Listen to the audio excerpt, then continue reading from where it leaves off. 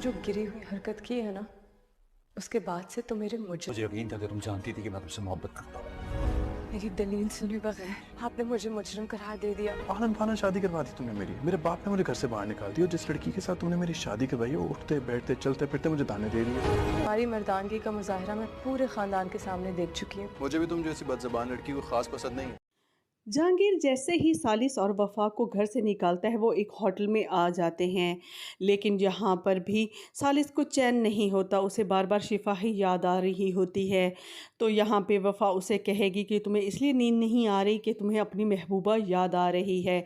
तो सालिस उसे कहेगा कि वो चुप हो जाए और उससे बात भी ना करे, वरना मुझसे बुरा कोई नहीं होगा। तो वफा उसे कहेगी कि मैंने तुम्हारी मर्दानगी सारे ख़ानदान के सामने देख ली है कि तुम किस तरह के इंसान हो, और मुझसे अब आइंदा ऐसी बात करने की कोशिश भी मत करना। जो सलूक तुमने मेरे साथ किया है, तुम मेरे मुजरिम हो। सालिस को भी उसकी बातें काफ़ी टीस करेंगी। वो वहाँ से उठकर चला जाएगा। वफा उसे कहेगी कि वो घर ढूंढे, और वो किराए के घर में अब शिफ्ट होने वाले हैं। वहाँ जाकर शिफा को कुछ सामान की ज़रूरत होगी तो वो सालिस के साथ शॉपिंग मॉल जाएगी, जहाँ इत्तफाकन शिफा और फरजाद भी मौजूद होंगे। फरजाद उसे देखकर उसे शिकवा करेगा कि उसने उसका इंतज़ार ही नहीं किया।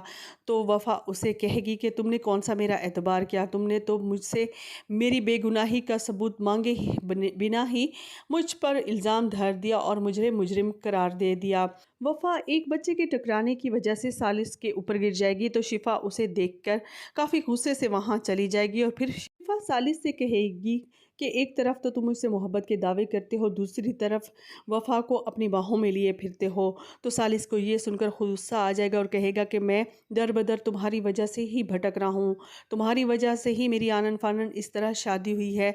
वफ़ा मुझे अलग ताने दे रही है और उल्टा तुम मुझे बातें सुना रहे हो।